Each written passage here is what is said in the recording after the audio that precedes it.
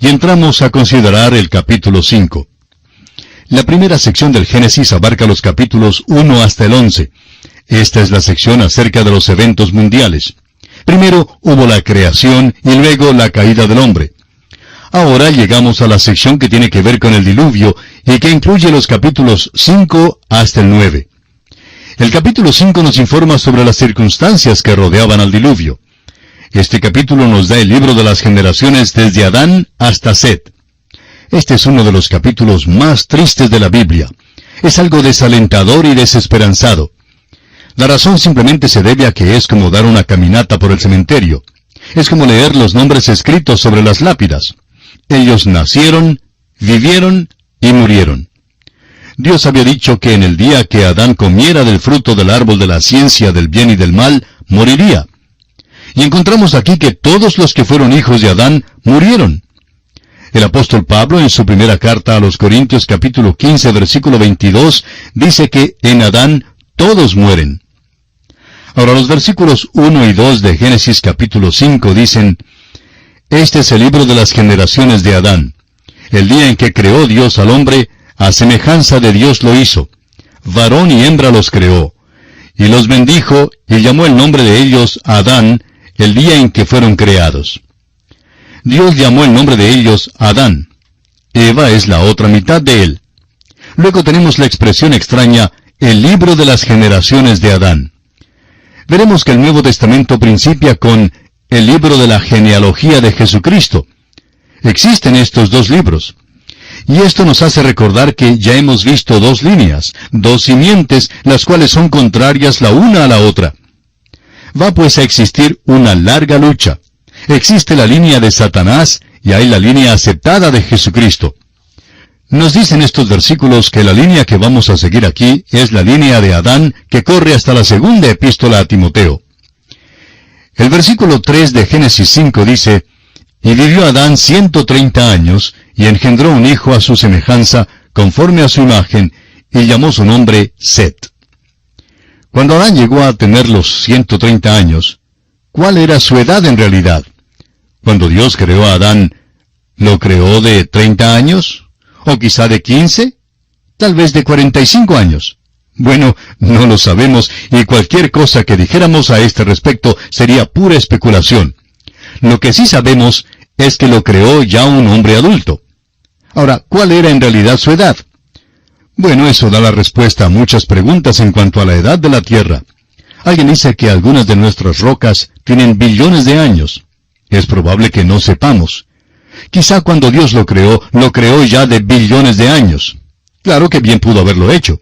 Pero lo que sí se dice aquí es que cuando Adán había estado aquí en la tierra por 130 años, le nació un hijo. Notemos que el hijo fue conforme a su imagen. Adán había sido creado a la imagen de Dios, pero el hijo de Adán fue nacido a la imagen de Adán, y llamó su nombre Set. Comenzamos ahora nuestro paseo por el cementerio. Adán engendró hijos e hijas. Pero, ¿qué le pasó a Adán? Leamos el versículo 5 del capítulo 5 de Génesis. Y fueron todos los días que vivió Adán 930 años, y murió. Bueno, esto fue lo que le pasó. Murió. Consideremos ahora la genealogía de los hijos de Set hasta Enoc. ¿Qué le sucedió a Set en el versículo 8? Leamos. Y fueron todos los días de Set 912 años, y murió. Set, pues, murió. Le nació un hijo que fue llamado Enos. Ahora, ¿qué es lo que le sucedió a Enos en el versículo 11? Murió. Pero él también tuvo un hijo, y su nombre fue Cainán. En el versículo 14 encontramos que Cainán murió también, pero que a él le nació un hijo llamado Maalaleel. Y en el versículo 17 leemos que él también murió. El hijo de Maalaleel fue Jared, y en el versículo 20 hallamos que él también murió. Veamos ahora la historia conmovedora de Enoc. Jared tuvo un hijo llamado Enoc. Leamos el versículo 21 de este capítulo 5. Dice así: Vivió Enoc 65 años, y engendró a Matusalén. Ahora, ¿murió él? No, él no murió. Aquí encontramos algo muy consolador en este capítulo tan desesperanzado. Los versículos 22 al 24 nos dicen: Y caminó Enoc con Dios después que engendró a Matusalén 300 años, y engendró hijos e hijas. Y fueron todos los días de Enoc 365 años. Caminó pues Enoc con Dios y desapareció porque le llevó Dios. Amigo oyente, esta es una cosa muy notable, que en medio de tanta mortandad, de tanta muerte, Dios se lleva a un solo hombre de esta tierra. Dice allí, caminó con Dios. Eso es muy admirable. Veremos en el próximo capítulo que la Escritura dice lo mismo en cuanto a Noé. Aquí están estos dos hombres que caminaban con Dios, Enoc y Noé. Estos fueron hombres que vivieron antes del diluvio, los que llamamos antidiluvianos. Es interesante que en el Antiguo Testamento hay solo dos hombres que no murieron. Enoc es uno y Elías es el otro. Enoc se singulariza como uno de los pocos hombres antes del diluvio de los cuales sabemos algo. No tenemos ningún dato de la mayor parte de aquellos hombres, pero se nos dice que Enoc no murió, sino que Dios lo llevó, es decir, fue traspuesto. Ahora, ¿qué quiere decir eso? En el trabajo de traducción o traslación, como también lo registra el diccionario, una palabra se lleva de un idioma y se introduce en otro idioma con el sentido igual. Del mismo modo, Enoc fue llevado de esta tierra, fue trasladado, tuvo que deshacerse de su cuerpo. Permaneció el mismo individuo exactamente como en el caso de la palabra. Debe quedar con el mismo sentido. Pero llegó a ser un individuo diferente porque fue llevado a los cielos. Enoc fue trasladado. Este hombre Enoc vivió por 65 años antes de que naciera Matusalén. No nos informa este pasaje cómo vivió durante aquellos años, pero sabemos que después del nacimiento de su hijo Matusalén, caminó con Dios. No sabemos lo que Enoc hacía durante aquellos años y es posible que ni él lo supiera. Pero sí sabemos que si un niño pequeño no nos lleva más cerca de Dios, entonces seremos insensibles a una manera mayor en que Dios pueda llamarnos.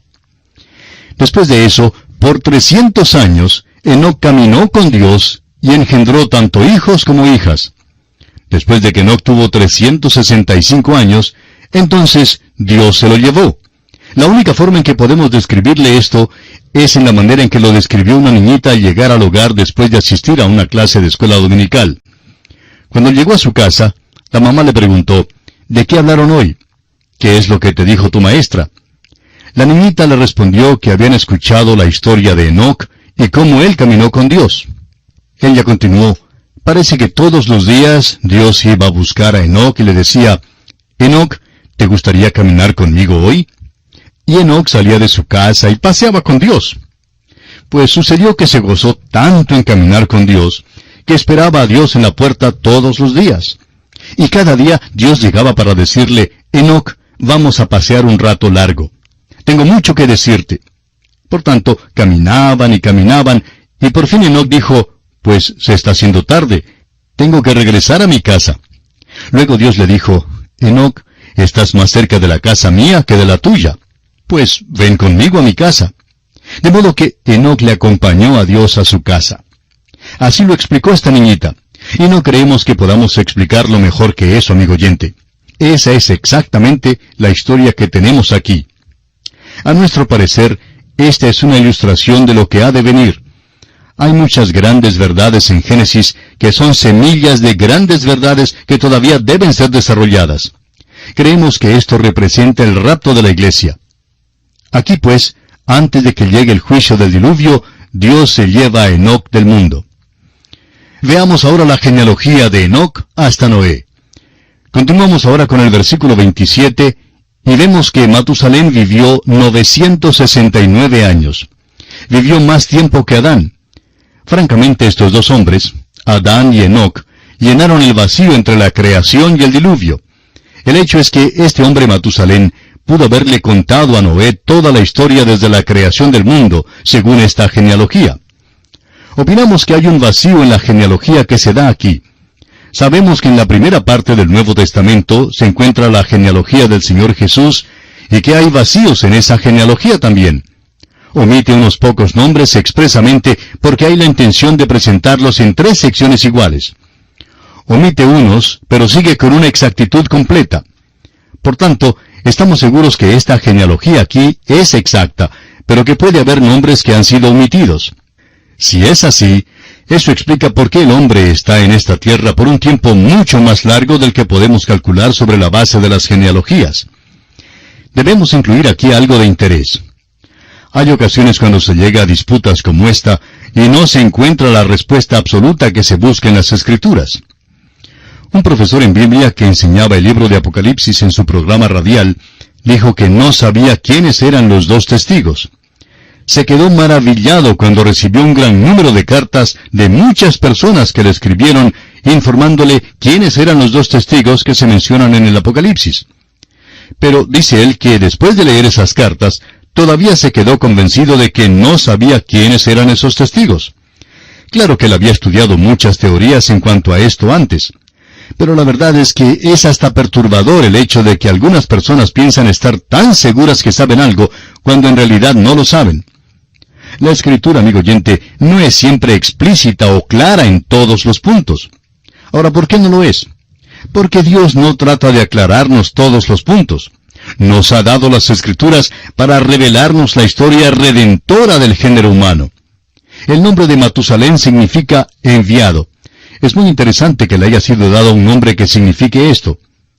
El Dr. Newberry, en su libro El Diluvio, da el significado siguiente del nombre Matusalén. Cuando él esté muerto, se lo enviará. ¿Qué es lo que enviará? El diluvio. Mientras que viviera Matusalén, no pudo llegar el diluvio. Es algo muy interesante que si se calcula la cronología como se anota aquí, el año en que murió Matusalén es el mismo año en que llegó el diluvio. Cuando él esté muerto, se lo enviará. ¿Por qué, pues, vivió más años que cualquier otro hombre? Porque Dios estaba aguardando, es decir, esperando aquí para dejar saber a todo el género humano que Dios es paciente y misericordioso. Dios es paciente y misericordioso para con usted, amigo oyente. Le está esperando. El apóstol Pedro en su segunda epístola, capítulo 3, versículo 9, lo dice de esta manera: El Señor no retarda su promesa, según algunos la tienen por tardanza, sino que es paciente para con nosotros, no queriendo que ninguno perezca, sino que todos procedan al arrepentimiento. Pedro explica también que Dios era paciente antes del diluvio. El mismo apóstol dice en su primera epístola, capítulo 3, versículo 20, los que en otro tiempo desobedecieron, cuando una vez esperaba la paciencia de Dios en los días de Noé, mientras se preparaba el arca, en la cual pocas personas, es decir, 8, fueron salvadas por agua. En la consideración de esta genealogía de Enoc a Noé, Lamec se menciona. Luego murió.